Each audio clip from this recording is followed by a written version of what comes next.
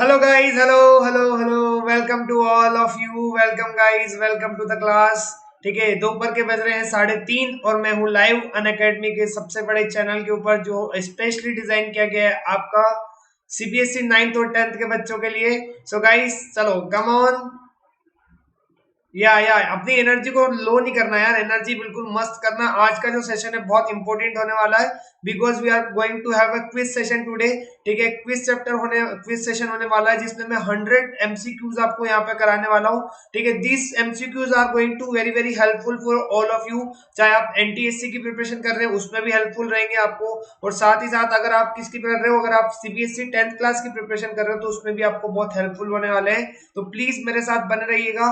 100 question करेंगे, trust me guys. इन 100 question को आपने लगा लिया तो आप कोई भी एमसीक्यू कर सकते हो इस चैप्टर का, इतनी मैं आपको गारंटी देता हूं। ठीक है, ये 100 एमसीक्यूज आपने लगा लिए। ठीक है, हर एक का आंसर मैं आपके साथ डिस्कस करूंगा, तो there is no problem at all. ठीक है, आप मेरे साथ बने रहिए इस वीडियो के आखिर तक। चैप्टर का नाम है, जिस चैप्टर से हम करने वाले हैं उसका नाम है लाइफ प्रोसेसेस। उसमें से मैं 100 मोस्ट इंपोर्टेंट क्वेश्चन आपके साथ डिस्कस करने वाला हूं। अब इन क्वेश्चंस को हमको यहाँ पे करने की जरूरत क्यों है? Because this question will help you to understand all the basic concepts. ठीक है, ये क्वेश्चन अगर आप आज कर लोगे ना तो आपका पूरा चैप्टर अच्छे से रिवाइज हो जाएगा। क्यों हो जाएगा? क्योंकि हर क्वेश्चन के बाद मैं आपको एक आप उसका क्या होगा, एक एनालिसिस दूंगा कि आपका क्या आंसर क्यों होना चाहिए, कैसा होना चाहिए। ठीक है, तो इस तरीके से हमारा 2-3 घंटे के अंदर पूरा चैप्टर भी रिवाइज हो जाएगा, सारे इंपॉर्टेंट क्वेश्चन भी हम कर लेंगे, और उसी के साथ साथ हमारा बोर्ड्स का प्रिपरेशन भी हो जाएगा, और उसके साथ साथ ही एनटीएससी का प्रिपरेशन भी हो जाएगा। ठीक है, तो जितने भी बच्चे सिंगल सेशन से आज बहुत सारा आपको क्या मिलने वाला है, बहुत सारा आपको अगर हम देखें, ठीक है, तो बहुत सारा आपको क्या मिलने वाला है, बेनिफिट भी मिलने वाला है। ठीक है, चलो गाइस, तो अभी हम लाइव है अनअकैडमी के चैनल के ऊपर जिसका नाम है let's crack CBSE 9th and 10th।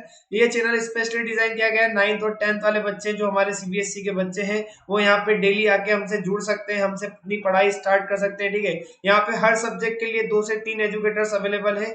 ठीक है, हर एक कैटेगरी में जिनसे आप अपनी पढ़ाई को स्टार्ट कर सकते हो, पढ़ सकते हो।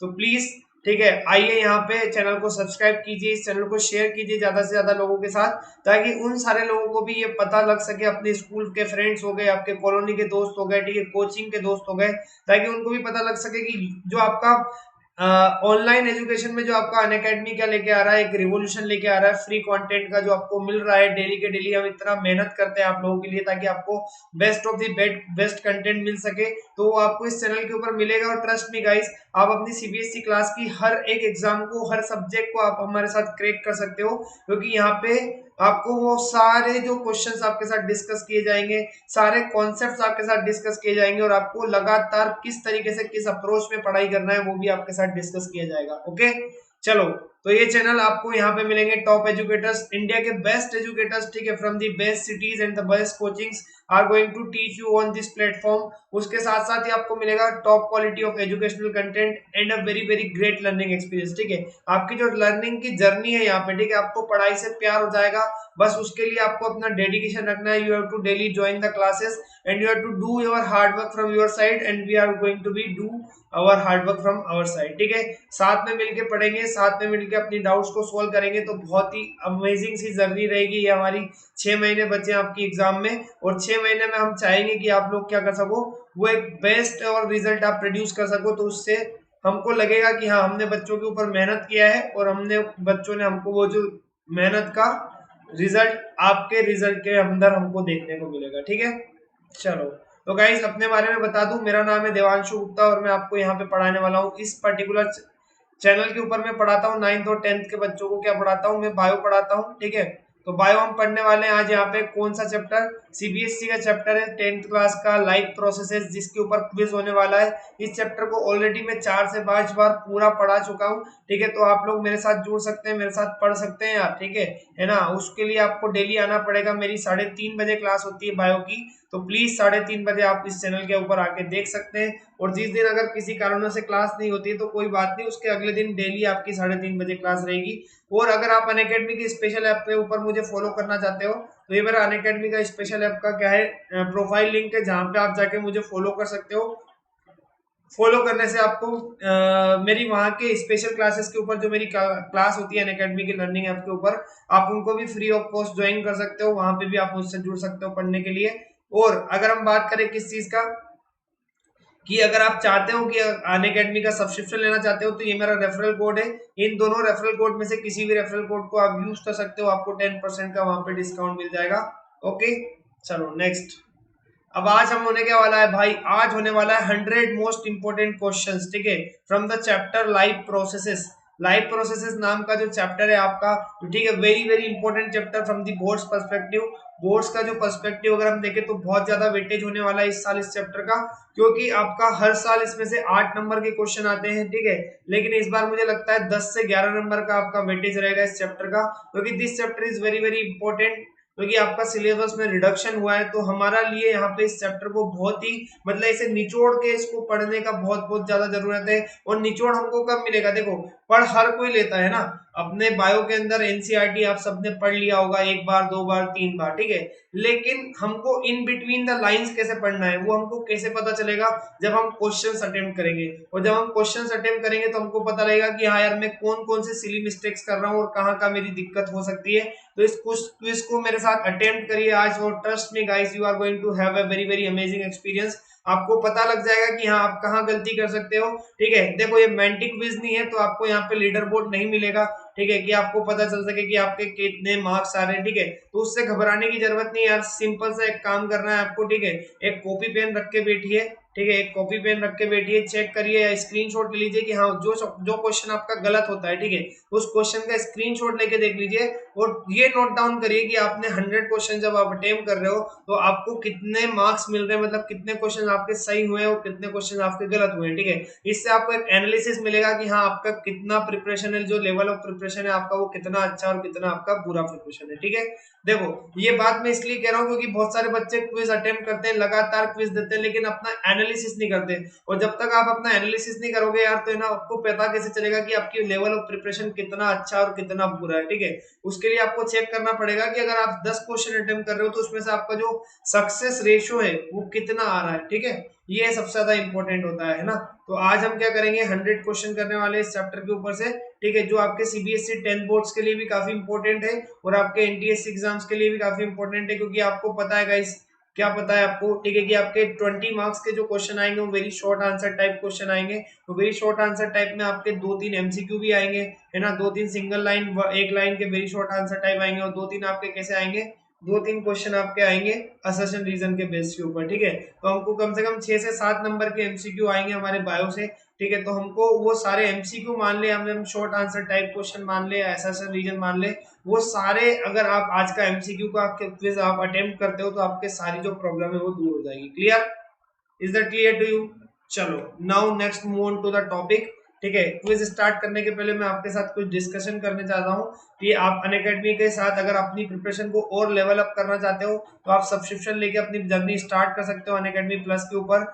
ट्रस्ट मी गाइस, बहुत ही अमेजिंग प्लेटफॉर्म है। यहाँ पे 2 तरह के सब्सक्रिप्शन अवेलेबल है, एक आप प्लस का सब्सक्रिप्शन ले सकते हो और एक आप आइकॉनिक का सब्सक्रिप्शन लेते हो। दो जो भी सब्सक्रिप्शन आप लेना चाहते हो आपको उसके लिए क्या मिलेंगे, आपको बेस्ट एजुकेटर्स पढ़ाएंगे प्लस के ऊपर भी और आपको आइकॉनिक के ऊपर भी, ठीक है ना। आपको इंटरेक्टिव लाइव क्लास मिलेगा जहां पे आप अपनी डाउट्स पूछ सकते हो, टीचर से बात कर सकते हो, ठीक है, अपने क्वेश्चंस पुट ऑन कर सकते हो, डाउट क्लियर कर सकते हो, ठीक है, उनके क्वेश्चंस के जवाब दे सकते हो। और आपको साथ ही साथ क्रिएटिव कॉर्नर का एक्सेस भी मिलता है। क्रिएटिव कॉर्नर क्या होता है, ठीक है, पढ़ाई से हटके भी आपको कुछ ऐसी चीजें सिखाई जाती है, स्किल सिखाई जाती है, जैसे आपको किस तरीके से पब्लिक स्पीकर बनना है, किस तरीके से आपकी कम्युनिकेशन स्किल्स होनी चाहिए, किस तरीके से लीडरशिप स्किल होनी चाहिए, मैजिक, अगर आप मैजिक में इंटरेस्टेड हो वो चीज सीख सकते हो, ठीक है, ओरिगेमी में इंटरेस्ट है तो ऐसी 10-15 चीजें आपको क्रिएटिव कॉर्नर में इंडिया के जो बेस्ट एवर इस फील्ड के महारथी हासिल है वो लोग आपको सिखाते हैं। और आइकॉनिक के अंदर आपको यहाँ पे कुछ अलग बेनिफिट मिलते हैं, आपको एक पर्सनल मेंटर मिल जाता है जो आपको गाइड करता है थ्रू आउट द टाइम, जितने टाइम का आप सब्सक्रिप्शन लेते हो आपको वो गाइड करेंगे कि आपको किस तरीके से प्रिपरेशन करना है, ठीक है। आपके हर एक डाउट को लाइव बैठ के यहाँ पे सॉल्व किया जाएगा। सपोज आपको एक पढ़ रहे हो, पढ़ते पढ़ते आपको कोई क्वेश्चन नहीं आ रहा है तो उसके लिए आपका लाइव डाउट का सोल्यूशन मिलेगा आपको। उसके अलावा आपके पेरेंट्स के साथ आपकी प्रोग्रेस को डिस्कस किया जाता है और आपके साथ साथ ही आपका स्टडी प्लानर आपको देखने को मिलता है, ठीक है। Clear, okay, just give me minute guys, 1 minute. चलो ठीक है, तो अगर प्लस के सब्सक्रिप्शन की हम बात करें तो आपका यहाँ पे अगर आप देखते हो तो कुछ सब्सक्रिप्शन अवेलेबल है आपके, वो सब्सक्रिप्शन की कॉस्ट आप यहाँ पे देख सकते हो। अलग अलग सब्सक्रिप्शन की अलग अलग कॉस्ट है। अगर आप यहाँ पे 6 महीने का सब्सक्रिप्शन लेते हो तो उसकी कॉस्ट आपकी 10,000 है ना। और अगर आप 12 महीने का लेते हो तो 15,000 है। और अगर आप 18 महीने पे जाते हो 1.5 साल के सब्सक्रिप्शन के ऊपर तो वो आपका 20,000 का सब्सक्रिप्शन है। और अगर आप 2 साल का सब्सक्रिप्शन लेना चाहते हो 10th और 11th दोनों के लिए तो आपका सब्सक्रिप्शन की कॉस्ट है 25,000। और अगर आप 30 महीने का मतलब 36 महीने मतलब आपका अगर आप 3 साल का subscription 10th 11th 12th Unacademy के साथ कवर करना चाहते हो तो 36,000 का सब्सक्रिप्शन है। उसके लिए आपको सिंपल सी चीज, आपको कुछ नहीं करना है, ठीक है। आपको मेरा कोड यूज करिए, आपको 10% का एडिशनल बेनिफिट यहाँ पे मिल जाएगा, ठीक है। इस कोड को यूज करने से, इन दोनों में से किसी भी कोड को यूज करोगे आपको 10% का डिस्काउंट मिल जाएगा, ठीक है। तो आप इन दोनों कोड को याद रखिए। कोड है आपका DGCBSC और SP Dev 10। सेम अगर आप आइकॉनिक का सब्सक्रिप्शन लेते हो तो उसमें भी आप इन कोड्स को अप्लाई कर सकते हो और अपना सब्सक्रिप्शन ले सकते हो। उससे आपको 10% तक के एडिशनल बेनिफिट्स यहाँ पे मिल जाएंगे और आप अपनी जर्नी को स्टार्ट कर सकते हो, ठीक है। चलो ठीक है, चलो तो स्टार्ट करें, है ना। चलो अब अपनी सारे के सारे लोग क्या कर लीजिए, अपनी जो ब्रेन को एकदम खोल लीजिए, अपनी लर्निंग कैप्स को पहन लीजिए और मेरे साथ जुड़ जाइए अनअकैडमी के इस बहुत ही अमेजिंग सेशन में जिसका नाम है हमारा mega marathon quiz on the life processes. Here we are going to discuss the 100 most important questions from the chapter life processes, ठीक है। So guys, are you ready? या write down in the comment section if you are ready. I am going to start it very soon, ठीक है। please write down, yeah I am looking for it, या ठीक है। चलो start करते हैं और उसके पहले आपके लिए कुछ इंस्ट्रक्शन है क्विज के लिए, ठीक है। 100 क्वेश्चन होंगे आपके टोटल, ठीक है। टोटल 100 क्वेश्चंस होंगे। सारे के सारे क्वेश्चन जो चैप्टर का नाम मैंने आपको डिस्कस किया है लाइफ प्रोसेसेस से होंगे। CBSE 10th और NTSC एग्जाम के लिए अगर कोई बच्चा प्रिपरेशन कर रहा है तो उसको काफी हेल्पफुल रहेगा। आपको सारे क्वेश्चंस को ट्राई करना है अटेम्प्ट करने के लिए, ठीक है। और चेक करिए अगर आप जो कोई क्वेश्चन गलत कर रहे हो तो उसका क्या कर सकते हो, आप स्क्रीनशॉट ले सकते हो।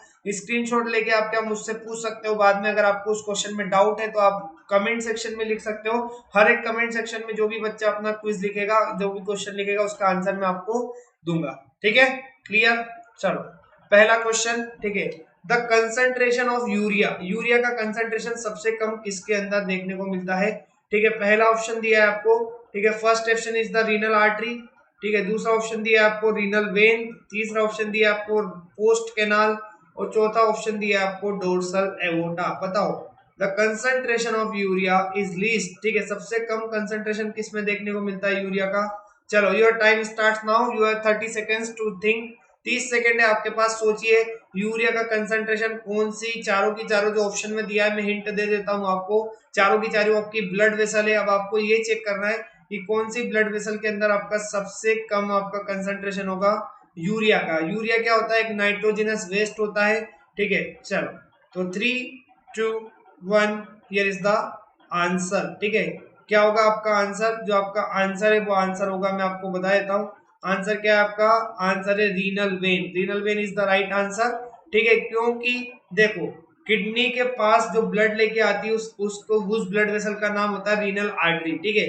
जो किडनी में ब्लड लेके आती है, अब ब्लड में क्या हो जाएगा बेटा, किडनी का काम क्या होता है, ब्लड का फिल्ट्रेशन करना। अब ब्लड का फिल्ट्रेशन करेगा किडनी तो उसमें से जो यूरिया होगा वो ब्लड में से सारा निकल के कहाँ चल जाएगा, किडनी के अंदर। और जो किडनी से ब्लड को वापस लेके जाएगी वो कौन होती है, एक वेन होती है, ठीक है। तो वेन किडनी से ब्लड को लेके जाएगी, इसलिए वेन के अंदर आपका जब यूरिया का सारा फिल्ट्रेशन हो चुका है ब्लड का और यूरिया आपका किडनी के अंदर चले गया है तो आपका कंसंट्रेशन जो रहेगा वेन के अंदर यूरिया का वो ऑब्वियस सी बात है बहुत ही कम हो जाएगा, ठीक है।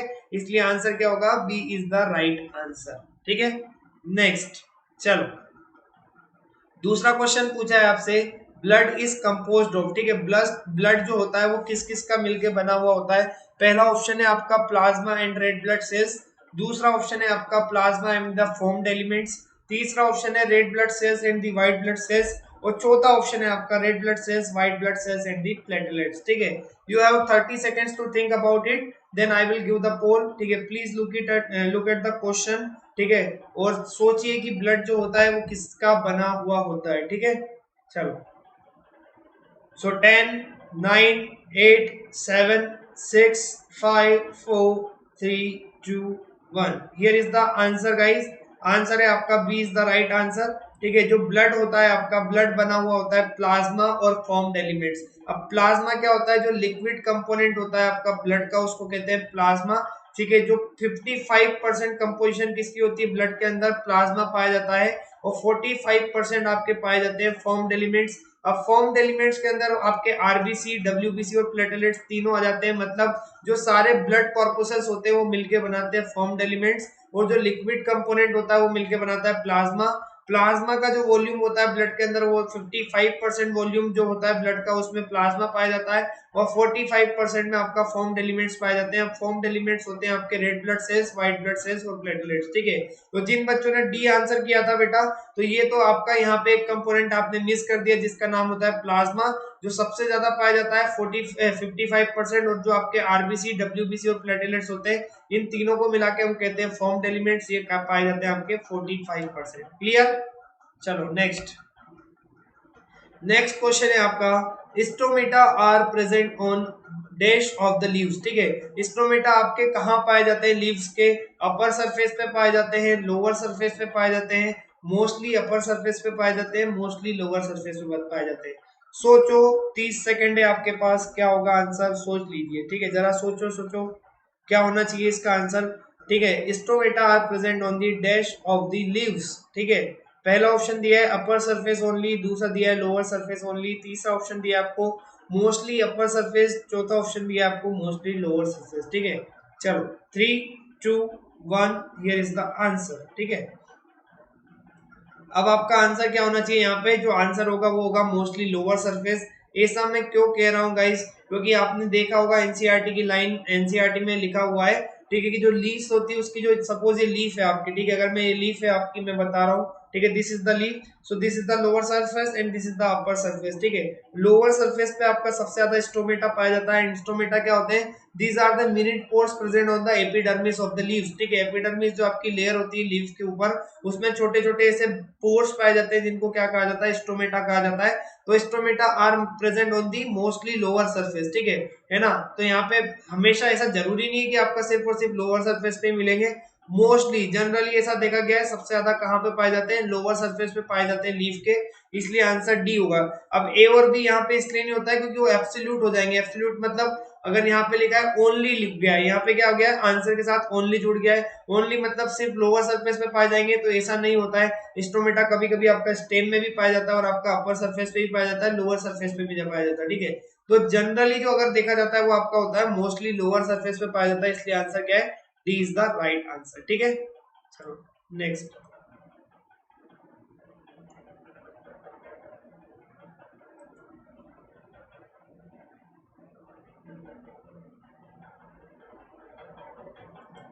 चलो, the ascent of shape in plant. ठीक है। प्लांट के अंदर जो पानी ऊपर चढ़ता है, पानी और मिनरल्स, ठीक है, उसको कहते हैं एसेंट ऑफ सेप। ठीक है। तो ये किसकी वजह से होता है, क्या ऐसी चीजें होती है प्लांट के अंदर जिसकी वजह से पानी ऊपर चढ़ता है, रूट से लीव्स तक पानी जाता है।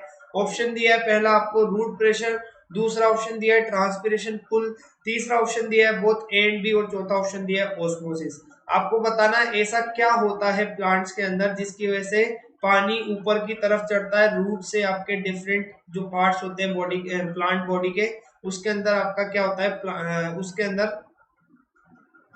पानी का ट्रांसपोर्ट होता है, वाटर का ट्रांसपोर्ट होता है। तो 30 सेकेंड है आपके पास, सोच लीजिए क्या क्या होना चाहिए answer, what is the right answer.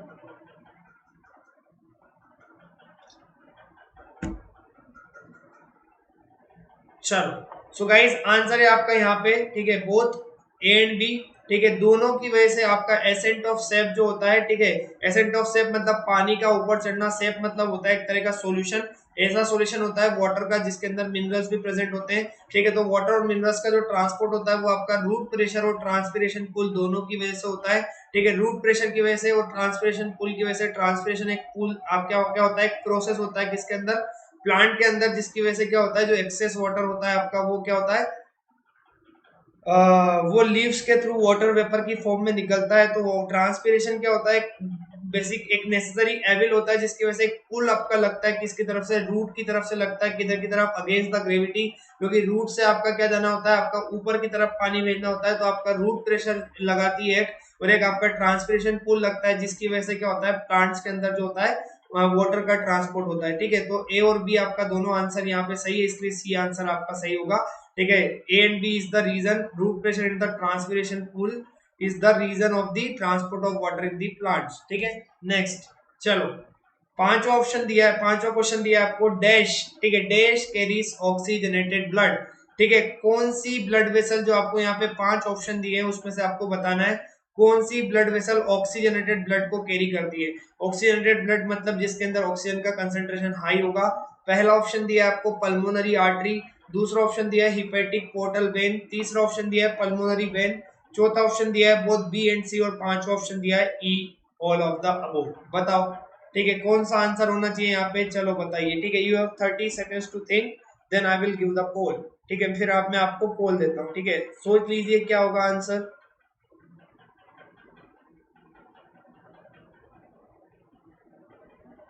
चलो 10 9 8 7 6 5 4 3 2 1, ठीक है। चलो तो गाइस आंसर क्या है आपका, ए सी इज द राइट आंसर, ठीक है। क्योंकि यहाँ पे अगर आप पल्मोनरी आर्टरी देखोगे तो इसके अंदर कैसा ब्लड होता है, ठीक है। पहला ऑप्शन आपका बिल्कुल गलत है, क्योंकि पल्मोनरी आर्टरी के अंदर जो आपका ब्लड होता है वो डीऑक्सीनेटेड ब्लड होता है, ठीक है। हिपेटिक पोर्टल वेन देखेंगे तो वेन है आपका, ठीक है, सिर्फ और सिर्फ एक अकेली वेन ऐसी होती है जिसके अंदर ऑक्सीनेटेड ब्लड कैरी होता है, वो होती है पल्मोनरी वेन, ठीक है।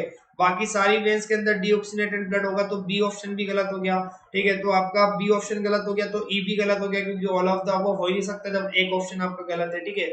और आपका डी भी गलत हो गया, क्योंकि बी भी गलत है यहाँ पे, ठीक है। तो बी वाला जहां पे आएगा वो हो ही नहीं सकता, इसलिए आंसर क्या है, अकेला आंसर है आपका पल्मोनरी वेन। पल्मोनरी वेन एक अकेली ऐसी वेन होती है, ठीक है। सारी ब्लड वेसल की बात नहीं कर रहा हूं मैं, अकेली ऐसी वेन होती है जिसके अंदर ऑक्सीनेटेड ब्लड कैरी करता है, और पल्मोनरी आर्टरी अकेली ऐसी आर्टरी होती है जिसके अंदर डीऑक्सीनेटेड ब्लड कैरी करता है, ठीक है। Clear, okay.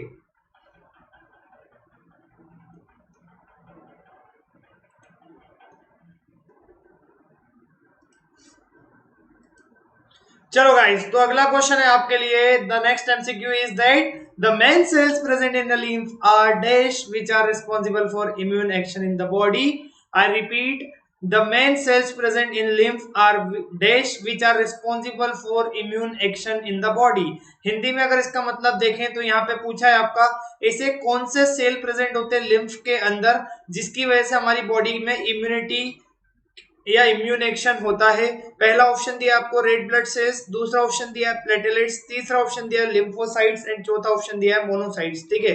तो बताइए क्या होगा आंसर यहाँ पे, ठीक है। You have 30 seconds to think, just think about it, what is the correct answer for this question, ठीक है। Then I will give the poll, मैं आपको पोल देता हूँ, चलो, ठीक है। तो correct answer for this question is lymphocytes, ठीक है।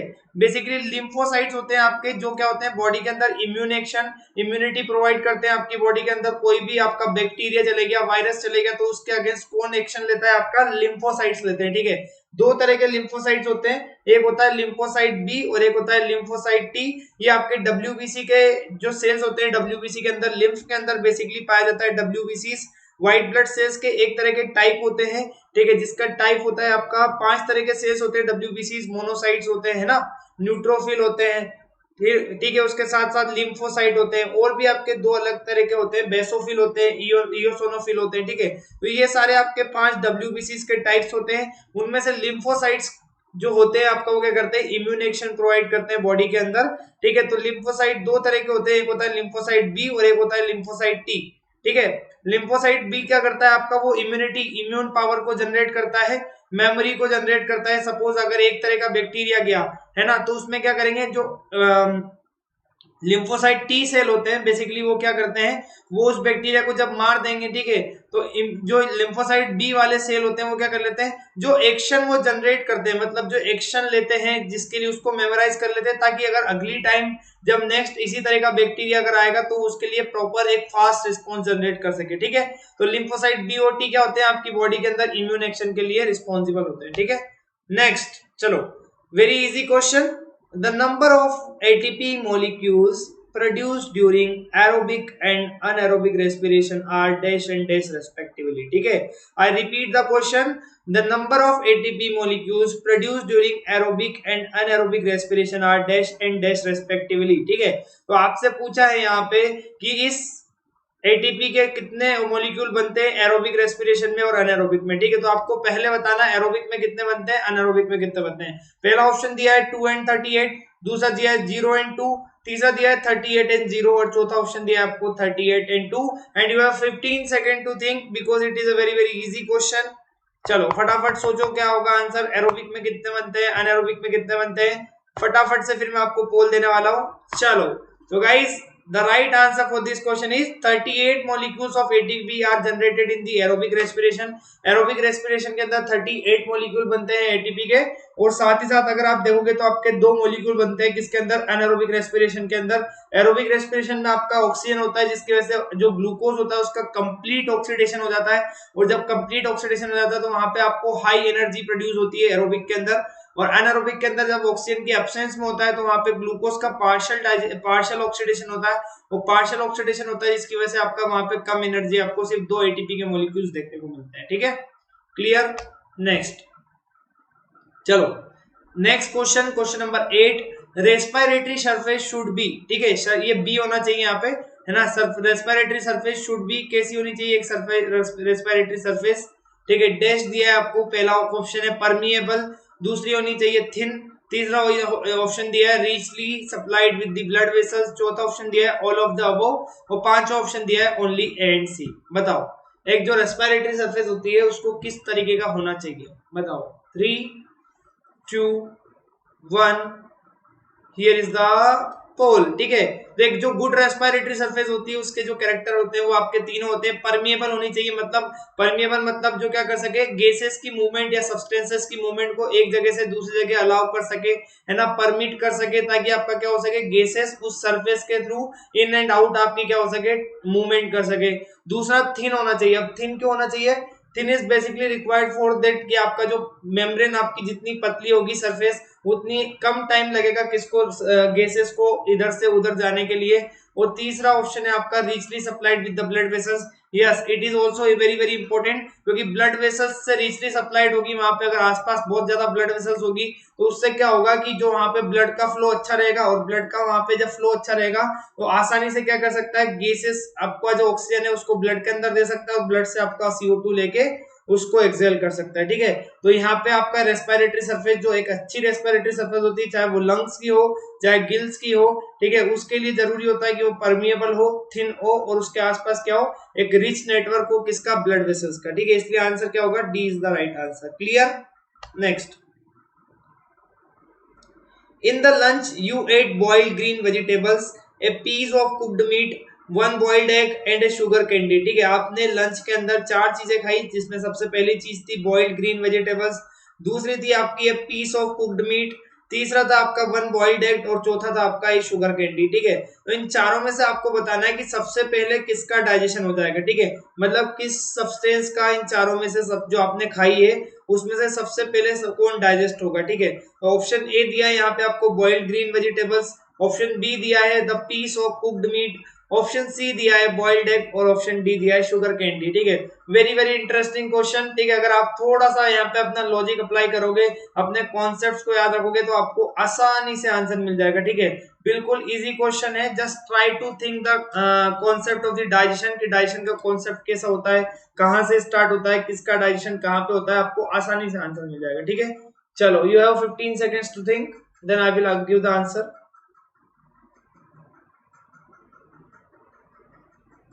चलो गाइस, तो राइट आंसर है यहाँ पे शुगर कैंडी। अब ऐसा क्यों हो रहा है, ठीक है। तो गाइस अगर आप यहाँ पे देखो, शुगर कैंडी जो होती है उसके अंदर जो बेसिक सोर्स होता है, बेसिक आपका न्यूट्रिएंट पाए जाते हैं वो होते हैं कार्बोहाइड्रेट सिर्फ और सिर्फ, है ना। बॉइल्ड ग्रीन वेजिटेबल्स में आपको क्या मिलेगा, वहां पे प्रोटीन मिलेगा, मीट के अंदर भी प्रोटीन मिलेगा, और एग भी क्या होता है, प्रोटीन का सोर्स होता है, ठीक है। तो यहाँ पे प्रोटीन है, और प्रोटीन का डाइजेशन आपका स्टमक के अंदर स्टार्ट होता है, ठीक है, जहां पे आपका पेप्सिन पहले एक्ट करता है, और जब स्मॉल इंटेस्टाइन में जाएगा तो ट्रिप्सिन एक्ट करेगा, ठीक है। इस तरीके से आपका प्रोटीन का डाइजेशन होता है, ठीक है। लेकिन शुगर कैंडी की अगर मैं बात करूं तो उसमें होते हैं कार्बोहाइड्रेट्स, और कार्बोहाइड्रेट्स का डाइजेशन आपका माउथ बकल कैविटी से स्टार्ट हो जाता है। यहाँ पे एक आपका एंजाइम होता है सलाइवरी एमाइलेस, जो कार्बोहाइड्रेट्स को कन्वर्ट करता है माल्टोस में, और फर्दर आपका फिर पेनक्रियाटिक जूस के अंदर जो दूसरा एंजाइम होता है पेनक्रियाटिक अमाइलेस, वो जो माल्टोस को कार्बोहाइड्रेट्स को कन्वर्ट करता है ग्लूकोज के अंदर, ठीक है। तो इस तरीके की वजह से, इसकी वजह से क्या होगा कि ठीक है, क्योंकि आपका शुगर कैंडी जब आपकी मुंह में रहेगी, ठीक है, तो उसके ऊपर डाइजेशन पहले से ही स्टार्ट हो जाएगा। किसका डाइजेशन स्टार्ट हो जाएगा? सलाइवरी अमाइलेस अपनी एक्शन करेगा, जिसकी वजह से आपका आंसर क्या होगा? ठीक है, सबसे पहले इन चारों चीजों में से जिसका डाइजेशन होगा वो होगी शुगर कैंडी। क्लियर? ओके, चलो। Typical lub dub sound heard during heart beat are due to, ठीक है, हार्ट के अंदर जब आप हाथ रखते हो तो आपने भी सुना होगा कि आपको एक साउंड आता है लब और डब का साउंड, ठीक है ना। तो हार्ट बीट जब हम सुनते हैं तब आपको एक टिपिकल लब डब साउंड आता है। वो लब डब साउंड किसकी वजह से होता है? ठीक है, पहला ऑप्शन दिया है आपको, closing of bicuspid and tricuspid valve, ठीक है, कि जब आपकी बाइकस्पिड वॉल्व और ट्राइकस्पिड वॉल्व अगर बंद होती है, क्लोज होती है, तो उसकी वजह से आता है, ठीक है। दूसरा ऑप्शन दिया आपको, क्लोजिंग ऑफ सेमिल्यूनर वॉल्स, ठीक है, सेमिल्यूनर वॉल्स की क्लोज होने की वजह से आता है। तीसरा ऑप्शन दिया आपको, blood under pressure through aorta, ठीक है, जब ब्लड आपका प्रेशर में फ्लो करता है एओर्टा के अंदर, उसकी वजह से आता है। चौथा ऑप्शन दिया आपको, closure of bicuspid valve and tricuspid valve followed by the semilunar valve, ठीक है, मतलब पहले आपका बाइकस्पिड और ट्राइकस्पिड वॉल्व आपकी क्या होती है? बंद होती है, उसके बाद आपकी सेमिल्यूनर वॉल्व बंद होती है, उसकी वजह से आपका टिपिकल लब और डब का साउंड आता है। बताओ what is the right answer? You have 30 seconds to think, ठीक है, आप सोच लीजिए, 30 सेकंड है आपके पास, ठीक है, फिर मैं आपको पोल दे दूंगा। ध्यान रखिए, जो क्विज हम यहाँ पे कर रहे हैं, this is basically for the CBSE 10th students, ठीक है, सीबीएसई के जो आप 10th के स्टूडेंट्स हैं आपके लिए है। और अगर आप देखोगे यहाँ पे तो आपका किसके लिए है? It is also for the NTSC, NTSC की एग्जाम में जो बच्चे अपीयर करना चाहते हैं, इस साल दे रहे हैं, उनके लिए भी काफी इंपॉर्टेंट चैप्टर है ये। और प्लीज इन 100 क्वेश्चन को कर लीजिए, आपका ट्रस्ट मी, ठीक है, आपका मेजर ऑफ द सिलेबस इस क्विज के थ्रू ही कवर हो जाएगा, ठीक है। चलो, तो आंसर क्या है आपका? D is the right answer, ठीक है, क्योंकि आपका जो बाइकस्पिड वॉल्व होती है वो किसके अंदर होती है? वो होती है आपका लेफ्ट एट्रियम, ठीक है। Suppose this is the heart, this is the left, ठीक है, ये ऊपर की चार उंगली अगर मैं कहूँ तो ये आपका होता है लेफ्ट एट्रियम, नीचे का होता है पाम लेफ्ट वेंट्रिकल, ठीक है। इन दोनों के बीच में होता है बाइकस्पिड वॉल्व, और राइट साइड में अगर मैं कहूँ तो यहाँ पे राइट एट्रियम और राइट वेंट्रिकल के बीच में होता है ट्राइकस्पिड वॉल्व, ठीक है। इन दोनों का जब बंद होता है और उसके बाद जब सेमिल्यूनर वॉल्व, अब सेमिल्यूनर वॉल्व क्या होती है आपका? ठीक है, जो आपका राइट वेंट्रिकल और पल्मोनरी आर्टरी के बीच में एक वॉल्व होती है जिसको कहते हैं पल्मोनरी वॉल्व, ठीक है, और आपका लेफ्ट वेंट्रिकल और आपका एओर्टा के बीच में एक वॉल्व होती है जिसको कहते हैं आर्टिक वॉल्व। ये दोनों वॉल्व्स को सिंपली कहा जाता है सेमिल्यूनर वॉल्व, ठीक है। तो पहले बाइकस्पिड और ट्राइकस्पिड वॉल्व जब क्लोज होती है, उसके बाद जब सेमिल्यूनर वॉल्व आता है, ठीक है, तो जो इसकी वजह से ये लब और डब का साउंड आता है, ठीक है। तो लब और डब का साउंड किसकी वजह से आता है? Because of the closure of bicuspid and tricuspid valve followed by the semilunar valves. Clear? Okay, I hope clear हो गया होगा। Next, the coagulation of blood occurs due to, ठीक है, आपसे पूछा है ब्लड क्लोटिंग क्यों होती है ना। ब्लड के अंदर हमको जब चोट लग जाती है तो एक ऊपर से आपने देखा होगा कुछ देर बाद हमको क्या हो जाता है? ब्लड फ्लो करना बंद हो जाता है, वहां पे ब्लड जम जाता है, क्लोटिंग हो जाती है, ठीक है। तो किसकी वजह से होती है? ठीक है, पहला ऑप्शन दिया आपको, change of fibrinogen in the network of fibre. दूसरा ऑप्शन दिया आपको, डिस्ट्रक्शन ऑफ एरिथ्रोसाइट्स। तीसरा ऑप्शन दिया है डिस्ट्रक्शन ऑफ ल्यूकोसाइट्स, और चौथा ऑप्शन दिया आपको फॉर्मेशन ऑफ सीरम, ठीक है। What is the reason why does the clotting of blood takes place, ठीक है। चलो, यू हैव 30 सेकंड्स, 30 सेकंड है आपके पास, फटाफट सोच लीजिए, then I will give the poll. Please guys, अपनी गलतियों को राइट डाउन कीजिए, जो क्वेश्चन आपको नहीं समझ में आ रहा है, ठीक है, प्लीज आप उसको स्क्रीनशॉट ले लीजिए। आप मेरी स्पेशल क्लासेस में आके कभी भी मुझसे पूछ सकते हो, ठीक है, मैं सारे क्वेश्चंस का आपका आंसर दे दूंगा। अगर आपको नहीं आना है स्पेशल क्लास में, कोई बात नहीं, अगर आपका कुछ बर्डन चल रहा है, ठीक है, आपको टाइम नहीं मिल पा रहा है, तो आप क्वेश्चन का आंसर मुझे कमेंट सेक्शन में पूछ सकते हैं कि सर इसका आंसर ऐसा क्यों आया, can you please give the explanation why, ठीक है। जो भी आपके क्वेश्चंस हैं प्लीज वहां पे पोस्ट डाउन कर देना। और ठीक है, इसके अलावा भी अगर आपको कोई क्वेरी है, बायो में कुछ चीज समझ में नहीं आ रही है, तो आप कमेंट सेक्शन में मुझसे पूछ सकते हो, ठीक है। चलो, तो इसका आंसर क्या है आपका? इसका आंसर है आपका change of fibrinogen in the network of fibre, ठीक है। मतलब यहाँ पे क्या हो रहा है, अगर आप देखोगे, ठीक है, तो कोगुलेशन ऑफ ब्लड जो होता है वो किसकी वजह से होता है? बिकॉज ऑफ दी, ठीक है, जो आपका क्या होता है? फाइब्रिनोजन होता है। फाइब्रिनोजन क्या होता है? आपको मैंने पढ़ाया था, अगर आपको याद होगा, ठीक है, कि ब्लड के अंदर क्या होता है आपका प्लाज्मा होता है, और प्लाज्मा के अंदर कुछ प्रोटीन पाए जाते हैं, उनमें से एक प्रोटीन होता है आपका फाइब्रिनोजन। ये फाइब्रिनोजन किसके लिए होता है? ब्लड क्लोटिंग के लिए होता है, ठीक है। तो सिंपली क्या होता है, फाइब्रिनोजन जो होता है इनिशियली आपका सोल्यूबल फॉर्म में होता है, सोल्यूबल फॉर्म में होता है, ठीक है। तो ये फाइब्रिनोजन क्या कर लेता है, जब ब्लड क्लोटिंग करनी होती है, ठीक है, तो ये कन्वर्ट हो जाता है किसमें? फाइब्रिन के अंदर। अब फाइब्रिन क्या होता है? इनसोल्यूबल होता है, ठीक है, इनसोल्यूबल, जिसके अंदर वाटर वगैरह की एक्शन नहीं हो पाती है, ठीक है। तो जब फाइब्रिनोजन फाइब्रिन में कन्वर्ट हो जाता है, और fibrin is basically network of fibre, जो क्या करते हैं यहाँ पे फाइबर और आरबीसी मिलके आपका एक नेटवर्क बनाते हैं। जो भी आपकी जहां से ब्लड निकल रहा है, ब्लड में क्या निकलेगा? आरबीसी निकलेगी, ऑब्वियस सी बात है, ठीक है। तो रेड ब्लड सेल्स और आपका फाइब्रिन मिलके एक नेटवर्क ऑफ फाइबर बना लेते हैं, जिसको हम थक्का बोलते हैं ना, खून का, ठीक है, खून का थक्का हम बोलते हैं, ऊपर से पपड़ी जैसी आ जाती है, ठीक है। तो इसी वजह से आपका ब्लड वहां से बहना, लीक होना बंद हो जाता है, और उस प्रोसेस को हम कहते हैं क्लोटिंग ऑफ ब्लड, ठीक है। तो it occurs due to change of fibrinogen in the network of fibre, ठीक है। फाइब्रिनोजन जब आपका फाइबर में कन्वर्ट हो जाता है, नेटवर्क बना लेता है फाइब्रिन के फॉर्म में, उसको कहा जाता है, उसकी वजह से आपका होता है कोगुलेशन ऑफ ब्लड, ठीक है, clear. Next, cardiac cycle in a man takes about, ठीक है। कार्डियक साइकिल किसको कहते हैं? पहले सबसे पहले तो ये समझ लीजिए, कार्डियक साइकिल मतलब जब आपका एक पूरा डबल सर्कुलेशन हो जाता है ब्लड का, ठीक है। ब्लड जब आपका पूरा डबल सर्कुलेशन एक साइकिल कंप्लीट कर लेता है, तो उसको कहते हैं कार्डियक साइकिल। मतलब जब ब्लड आपका राइट एट्रियम से फ्लो होते हुए वापस राइट एट्रियम में आ जाता है, ठीक है, तो उस साइकिल को कहते हैं कार्डियक साइकिल, ठीक है। तो आपको ये बताना है यहाँ पे कि कार्डियक साइकिल का जो एक साइकिल कंप्लीट होने में कितना टाइम लगता है, ठीक है। सोचिए और फिर आंसर दीजिए, मैं आपको बता दूंगा what is the right answer, ठीक है। चलो चलो, तो right answer for this question is 0.8 second. अब ऐसा क्यों होता है यहाँ पे, ठीक है। तो अगर आप देखोगे, ठीक है, तो क्या होता है आपका जितनी हार्ट बीट होती है, ठीक है, हार्ट बीट कितनी होती है? एक एवरेज हार्ट बीट होती है 72 हार्ट बीट पर मिनट, ठीक है। 60 सेकंड में आपका दिल कितनी बार धड़कता है? 72 बार, ठीक है। अब 72 बार धड़क रहा है, तो उसमें क्या होगा आपका? उसमें आपकी वॉल्व क्लोज होती है, सारी की सारी ब्लड आपका फ्लो करता है, ठीक है। तो आप क्या करोगे? सिंपली उस क्या करिए, 60 सेकंड के अंदर कितनी बार एक सेकंड के अंदर आपको निकालना है, तो क्या कर सकते हो आप, है ना। मतलब 60 सेकंड के अंदर आपका कितना हो रहा है? 60 सेकंड के अंदर आपका 72 साइकिल हो रहे हैं, ठीक है। तो आपको टाइमिंग निकालना है कि एक साइकिल के लिए कितना टाइम लगेगा। तो 60 को डिवाइड कर दीजिए 72 से, तो आपको आंसर मिल जाएगा 0.8 सेकंड, ठीक है। तो आपका जो एक ब्लड का सर्कुलेशन होता है कंप्लीटली, ठीक है, ब्लड का फ्लो इतना फास्ट होता है, अगर आप देखोगे यहाँ पे कि सिर्फ 0.8 सेकंड लगते हैं उसको पूरा साइकिल कंप्लीट करने में, ठीक है। इन दी 0.8 सेकंड, ठीक है, एक साइकिल आपका कार्डियक साइकिल कंप्लीट हो जाता है। मतलब ब्लड आपका राइट एट्रियम से आपका कहाँ जाएगा? राइट एट्रियम से जाएगा राइट वेंट्रिकल, वेंट्रिकल से होते हैं लंग्स, लंग्स से आपका वापस आएगा लेफ्ट एट्रियम, लेफ्ट वेंट्रिकल, और एओर्टा के थ्रू वापस आपका जाएगा बॉडी पार्ट्स में, और बॉडी पार्ट्स से आपका वापस राइट एट्रियम में वापस आने में इतनी लंबी प्रोसेस में सिर्फ और सिर्फ आपका एक साइकिल कंप्लीट होने में 0.8 सेकंड लगते हैं, ठीक है, clear, okay. Next, substrate which is not filtered through glomerulus, ठीक है। ग्लोमेरुलस में से क्या आपका फिल्टर नहीं होता है, ठीक है। आपसे यहाँ पे पूछा है कौन सी सबस्ट्रेट आपका ग्लोमेरुलस के अंदर फिल्ट्रेट नहीं होता है। पहला ऑप्शन दिया है प्लाज्मा, दूसरा ऑप्शन दिया है ग्लूकोज, तीसरा ऑप्शन दिया है ब्लड कॉर्पसेस, और चौथा ऑप्शन दिया है आपको यूरिया, ठीक है। आपको ये बताना है इनमें से कौन सा सब्सटेंस जब आपका फिल्ट्रेशन होता है, यूरिन बनता है, ठीक है। तो जब हम नेफ्रॉन के अंदर, ग्लोमेरुलस के अंदर जब ब्लड आपका पोर किया जाता है, उस फ्लो जब ब्लड आपका वहां पे ग्लोमेरुलस के नेटवर्क के अंदर आता है, तो उसमें से किस चीज का फिल्ट्रेशन नहीं होता है ग्लोमेरुलस के अंदर। मतलब ब्लड में जो भी प्रेजेंट होते हैं उसके अंदर से क्या चीज फिल्टर नहीं होती है।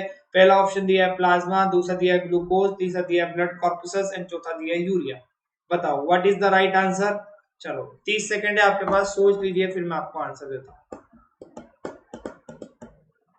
क्या मजा आ रहा है गाइस? ठीक है, प्लीज लेट मी नो, ठीक है, मजा आ रहा है। अभी हमने सिर्फ 14 क्वेश्चन किए हैं, ठीक है। We have to go long away, ठीक है, लॉन्ग वे तक जाना है हमको। 100 क्वेश्चन करना है इस चैप्टर से, और ट्रस्ट में आपको आज तक इस क्वेश्चन के थ्रू आपको पूरा चैप्टर क्लियर हो जाएगा।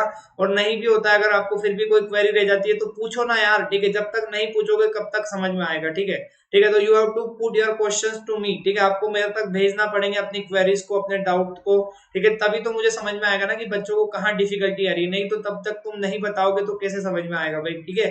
तो प्लीज जो भी अपनी क्वेरीज है, डाउट्स है, कमेंट सेक्शन में लिखिए और ये वीडियो को ज्यादा से ज्यादा तक शेयर कीजिए। आप अगर अभी देख रहे हैं वीडियो को, ठीक है, तो अपने दोस्तों के साथ शेयर कीजिए ताकि वो भी इस क्विज में अभी पार्टिसिपेट करके अपने नॉलेज को चेक कर सके। और प्लीज, ठीक है, अगर हम इतना मेहनत कर रहे हैं तो प्लीज आपका एक शेयर तो बनता है यार, एक लाइक बनता है। अगर आपको अच्छा लग रहा है तो प्लीज लाइक कीजिए, एटलीस्ट अपने दोस्तों के साथ शेयर कीजिए ताकि ज्यादा से ज्यादा लोग, ठीक है, आपके ही दोस्त, आपके ही जो आपके रिलेटिव्स हैं उनको क्या मिल सके, ज्यादा से ज्यादा इसका फायदा मिल सके, ठीक है। चलो, तो आंसर क्या है आपका, कौन सी चीज आपका फिल्टर नहीं होती है ग्लोमेरुलस के थ्रू, तो वो है आपका ब्लड कॉर्पसेस, ठीक है। ब्लड कॉर्पसेस में आते हैं आपके डब्ल्यूबीसी, आरबीसी और प्लेटलेट्स, ठीक है। तीनों क्या होते हैं आपके सॉलिड कंपोनेंट होते हैं ब्लड के, है ना, इनको हम कहते हैं फॉर्म्ड एलिमेंट्स। तो ये आपका जब क्या होता है, ब्लड का फिल्ट्रेशन होता है ग्लोमेरुलस के अंदर, तो वहां पे आपका ब्लड के अंदर से आरबीसी, डब्ल्यूबीसी और प्लेटलेट्स का जो ब्लड कॉर्पसेस होते हैं उनका फिल्ट्रेशन नहीं होता है, ठीक है, क्लियर। नेक्स्ट, चलो, in man which blood vessels takes away blood from the kidney, ठीक है, आपसे यहाँ पे पूछा है, ठीक है, कि एक मिनट,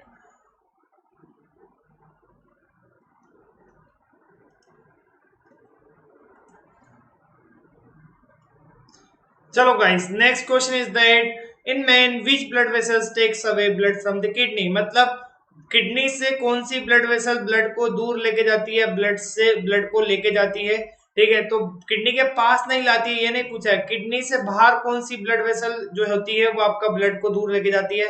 पहला ऑप्शन दिया है अफरेंट आर्टरियोल, दूसरा दिया है इफरेंट आर्टरियोल, तीसरा दिया है आपको रीनल आर्टरी और चौथा दिया है आपको रीनल पोर्टल वेन। बताओ, you have 30 seconds to think, then I will give the poll, ठीक है। चलो, सोचो सोचो, क्या वो पेड़ है चादर ओढ़े या खड़ा कोई, ठीक है ना। तो अपने दिमाग की बत्ती जलाओ, ठीक है, थोड़ा सा अपने दिमाग को रगड़ो, रगड़ो मतलब इसको क्या करो, घिसो, जितना ज्यादा घिसोगे उतना ज्यादा शाइन करोगे, ठीक है। तो आंसर क्या है यहाँ पे, the right answer for this question is that renal portal when, ठीक है। अगर आपको ये ध्यान रखना है, यहाँ पे ब्लड से, किसी भी ऑर्गन से ब्लड को दूर लेके जाने वाली जो आर्टरी होती है वो होती है आपका वेन, बिसाइड्स हार्ट, ठीक है। हार्ट को छोड़ के बाकी सारे ऑर्गन्स जो होते हैं वहां से कोई भी आर्टरी अगर ब्लड को बाहर कोई भी ब्लड वेसल अगर ब्लड को बाहर लेके जा रही है तो वो हमेशा वेन होगी, और किसी ऑर्गन के पास लेके आ रही है तो हमेशा आर्टरी होगी, ठीक है। तो आर्टरी जो है आपकी रीनल आर्टरी, वो क्या करती है, किडनी के अंदर ब्लड लेके आती है, और रीनल पोर्टल वेन जो होती है वो क्या करती है, आपका ब्लड को दूर लेके जाती है, किडनी से बाहर लेके जाती है, किडनी से, ठीक है। इसलिए D is the right answer. Next, waste product produce by the plant, ठीक है, प्लांट जो वेस्ट प्रोडक्ट्स को प्रोड्यूस करते हैं वो कौन से होते हैं। पहला ऑप्शन दिया आपको CO2, that is carbon dioxide, दूसरा दिया आपको वाटर, तीसरा दिया ऑक्सीजन, और डी दिया है ऑल ऑफ दिस, ठीक है। तो आपको बताना है ऐसे कौन से वेस्ट प्रोडक्ट होते हैं जो आपका प्लांट्स के अंदर प्रोड्यूस होते हैं या प्लांट्स के द्वारा प्रोड्यूस किए जाते हैं। पहला ऑप्शन है CO2, दूसरा दिया है वाटर, तीसरा ऑक्सीजन, चौथा दिया है आपको all of this. And 15 second के बाद मैं आपको आंसर का बताऊंगा, तो आप सोच लीजिए अपना आंसर, कमेंट सेक्शन में बता दीजिए मुझे, ठीक है। प्लीज अपने जो भी आंसर है कमेंट सेक्शन में लिखिए, मैं लगातार चेक करूंगा आपके, ठीक है। प्लीज आप लगातार आंसर चेक करिए, डालिए वहां पे, मैं देखता रहूंगा, ठीक है ना। अभी हम लाइव नहीं है बेशक, ठीक है, लेकिन मैं उस टाइम पे जब वीडियो प्रीमियर होएगा तो मैं आपका लाइव रहूंगा, आप लोगों के साथ बना रहूंगा, ठीक है, और आपके डाउट्स को क्लियर करता जाऊंगा कमेंट सेक्शन के अंदर में, ठीक है। जो डाउट वहां पे नहीं क्लियर हो पाएंगे उसको हम स्पेशली अलग से ले लेंगे, ठीक है, क्लियर। चलो, तो आंसर क्या है यहाँ पे, D is the right answer, ठीक है। प्लांट्स के अंदर क्या होता है बेटा, देखो, अगर आप देखोगे तो ऑक्सीजन आपका फोटोसिंथेसिस करते हैं, और फोटोसिंथेसिस के अंदर जो बाई प्रोडक्ट बनता है उसको हम कहते हैं ऑक्सीजन, और ऑक्सीजन क्या होती है, ऑक्सीजन को प्लांट्स बाहर निकाल देते हैं क्योंकि उनके किसी काम का नहीं होता है, तो वेला वेस्ट प्रोडक्ट हो गया आपका ऑक्सीजन। दूसरा, प्लांट्स रेस्पिरेशन भी करते हैं, और रेस्पिरेशन के दौरान CO2 बनती है, और CO2 बनती है तो CO2 को भी क्या कर देते हैं, जो एक्सेसिव CO2 होते हैं उसको बाहर निकाल देते हैं प्लांट्स, ठीक है। तो आपका CO2 भी है, और वाटर को भी क्या करते हैं प्लांट जो है, वाटर वेपर की फॉर्म में क्या करते हैं, है ना, उसको बाहर निकाल देते हैं, जो एक्सेस वाटर होता है उस प्रोसेस को हम कहते हैं ट्रांसपिरेशन। तो ट्रांसपिरेशन की तरह वाटर को भी क्या किया जाता है, वेस्ट प्रोडक्ट की तरह से आपका बाहर निकाल दिया जाता है। तो यहाँ पे आपका क्या है, D is the right answer, क्योंकि CO2, वाटर, ऑक्सीजन, ये सारे क्या होते हैं, these are the waste product produced by the plant in the various metabolic process such as the CO2 is produced during the respiration, oxygen is produced during the photosynthesis, and water is excreted out in the form of water vapor during the transpiration. ठीक है, clear? Next, चलो next question दिया आपको, salivary amylase converts starch into maltose, sucrose, glucose और none of the above. ठीक है, आपको बताना है सलाइवरी अमाइलेज जो होता है, सलाइवरी अमाइलेज मतलब टाइलिन भी बोलते हैं इसको, it is present in the saliva. ठीक है, बकल कैविटी के अंदर आपके सलाइवरी ग्लैंड होते हैं जो सिक्रीट करते हैं सलाइवा, और सलाइवा के अंदर एक एंजाइम पाया जाता है जिसका नाम है सलाइवरी अमाइलेज।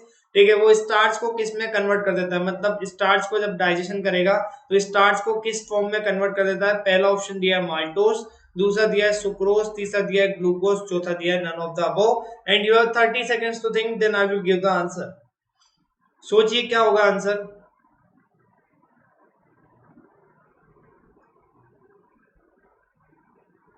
10, 9, 8, 7, 6, 5, 4, 3, 2, 1।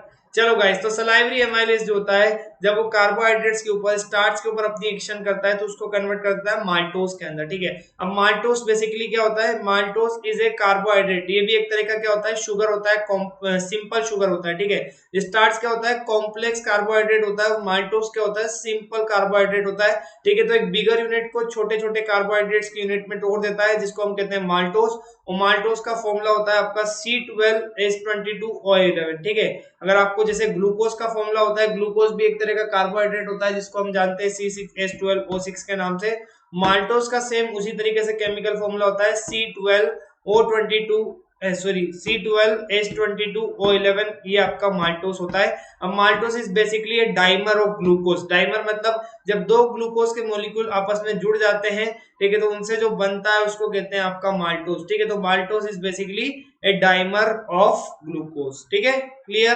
तो माल्टोस के अंदर आपका क्या कर देता है, सलाइवरी अमाइलेज स्टार्च का डाइजेशन जब करता है तो स्टार्च को कन्वर्ट करता है माल्टोस के अंदर। क्लियर?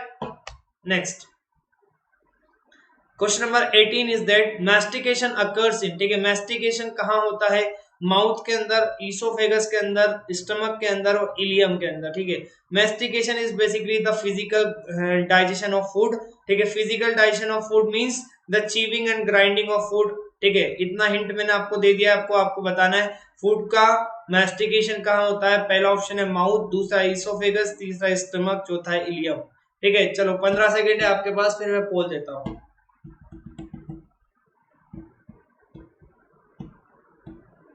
चलो 3, 2, 1, हियर इज द पोल।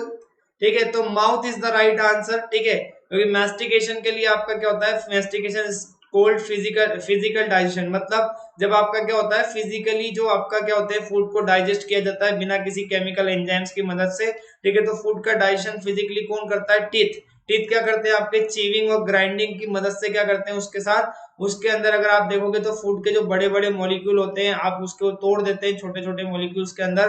ठीक है, तो फिजिकल ग्राइंडिंग और आपका जो चीविंग और ग्राइंडिंग का प्रोसेस होता है, ठीक है, उसको कहते हैं physical digestion, and another name for physical digestion is mastication. ठीक है, तो मैस्टिकेशन कहाँ होता है, आपका माउथ के अंदर होता है। ठीक है, क्लियर? ओके,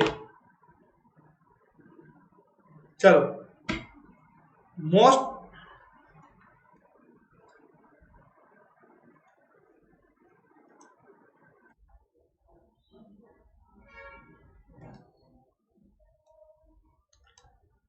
चलो guys, next question is that normal human breathing rate. ठीक है, मतलब 1 मिनट के अंदर इंसान कितनी बार ब्रीथ करता है वो आपको रेट बताना है। ठीक है, पहला ऑप्शन दिया है आपको 20 to 25 टाइम्स पर मिनट, दूसरा ऑप्शन दिया है 15 to 18 टाइम्स पर मिनट, तीसरा ऑप्शन दिया है आपको 72 टाइम्स पर मिनट, एंड चौथा ऑप्शन दिया है 40 to 45 टाइम्स पर मिनट। बताओ एक ह्यूमन के अंदर what is the breathing rate. ठीक है, what is the normal breathing rate in the humans. ठीक है, you have to choose the correctly option. ठीक है, जो करेक्ट ऑप्शन है, अगर आपने कुछ अलग अलग बुक में अलग अलग डाटा दे रखा है तो आप नियरेस्ट ऑप्शन को चुन लीजिए। ठीक है, ठीक है, चलो यू हैव 30 सेकेंड्स, 30 सेकेंड है आपके पास, फटाफट से मुझे बताइए क्या होगा आंसर।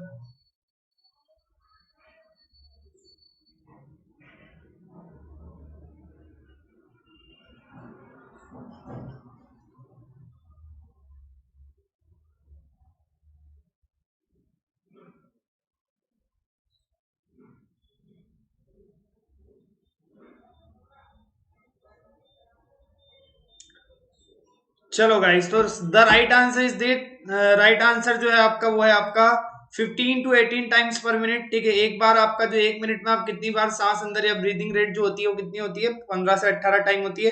किसी किसी बुक में 12 से 16 भी दे रखा है, तो यहाँ पे अगर तो भी आप उसके हिसाब से कंसिडर करोगे, ठीक है, तो आपको जो आंसर है वो सही दे रखा है, क्योंकि यहाँ पे आपको नियरेस्ट ऑप्शन चुनना होता है। ठीक है ना, अगर आपको करेक्ट ऑप्शन नहीं भी मिले तो फिर then you have to go for the nearest option, and nearest option is the 15 to 18 times per minute. जिन लोगों ने 72 टाइम्स पर मिनट किया है बेटा, वो बेटा ब्रीदिंग रेट नहीं होती है, वो हार्ट बीट होता है। ठीक है, दिल जितनी बार धड़कता है, दिल धड़कने में और आपका ब्रीदिंग रेट में डिफरेंस होता है ना। दिल तो किसी को भी देख के धड़क जाता है, ठीक है ना।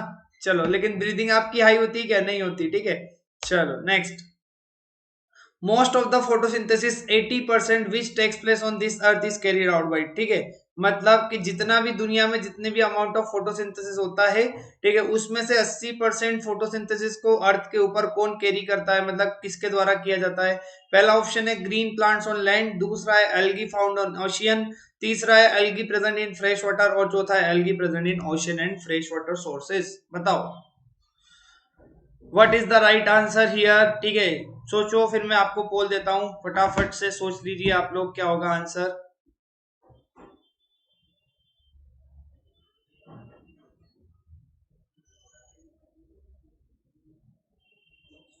चलो 3, 2, 1, here is the poll, this is the right answer guys. ठीक है, आपका जो सही आंसर है यहाँ पे वो है algae present in ocean and fresh water sources. This is the, ठीक है, जो एल्गा होती है आपकी, जो ओशन और फ्रेश वाटर सोर्सेज में प्रेजेंट रहती है, सबसे ज्यादा जो फोटोसिंथेसिस कैरी आउट किया जाता है इस अर्थ के ऊपर, वो कौन करता है? ये दोनों मिलके करते हैं। ठीक है, एल्गी और आपका, एल्गी जो होता है जो आपका ओशन में प्रेजेंट होता है, फ्रेश वाटर सोर्सेज में प्रेजेंट होता है एल्गी, उसको कहते हैं आपका, ठीक है, this is the, these are the organisms which carry out the 80% of the total photosynthesis which takes place in this earth. ठीक है, next. Wavelength of visible light essential for photosynthesis, मतलब फोटोसिंथेसिस की प्रोसेस होने के लिए कौन सी wavelength of visible light चाहिए होती है? ठीक है, तो पहला ऑप्शन दिया है आपको 200 से 400 नैनोमीटर, दूसरा दिया है 400 से 700 नैनोमीटर, तीसरा दिया है आपको 700 से 900 नैनोमीटर, और चौथा ऑप्शन दिया है आपको 100 टू 200 नैनोमीटर। चलो बताओ what is the right answer. ठीक है, तो 3, 2, 1, this is the right answer. ठीक है, आपका जो है 400 टू 700 नैनोमीटर, वो भी विजिबल रेंज के। ठीक है, लाइट के, अगर आपने देखा होगा सनलाइट के, आप एक यूवी रेस आती है, एक इंफ्रारेड आती है, और एक आती है आपकी कौन सी, and the next one is the visible light. ठीक है, तो विजिबल लाइट के अंदर जब 400 से 700 नैनोमीटर की वेवलेंथ वाली लाइट आपकी सन से आती है, जब प्लांट्स को मिलती है, तभी आपका फोटोसिंथेसिस होता है अच्छे तरीके से। अदरवाइज फोटोसिंथेसिस की जो प्रोसेस है वो स्टॉप हो जाती है, अल्टर हो जाती है। ठीक है, क्लियर। चलो, so guys this was the part 1 of our video. ठीक है, जिसमें हमने 100 क्वेश्चन जो इस चैप्टर से करने वाले हैं, इसमें हमने पार्ट 1 में अभी तक 20 क्वेश्चन करके देख लिए हैं। ऐसे ऐसे करके हम डेली इसके part 1, part 2, part 3, part 4, part 5 लेके आएंगे। तो आप लोग प्लीज इस 1 घंटे के वीडियो को देखिए, 20 क्वेश्चन को अटेम्प्ट करिए। कल फिर आपको एक नया क्वेश्चन का नया मिल जाएगा, आपको कल इसी टाइम पे आपको एक नया क्विज मिल जाएगा, जहां से हम 21 नंबर के क्वेश्चन से कंटिन्यू करेंगे। 21 से हम कंटिन्यू करेंगे 40 तक, देन 61 से 80, and then will go like this. ठीक है, clear. Okay, okay guys, so please अपने आंसर्स चेक करिए, अगर आपको कोई डाउट है तो मुझसे पूछ सकते हो। Till then bye bye, see you soon tomorrow. Okay.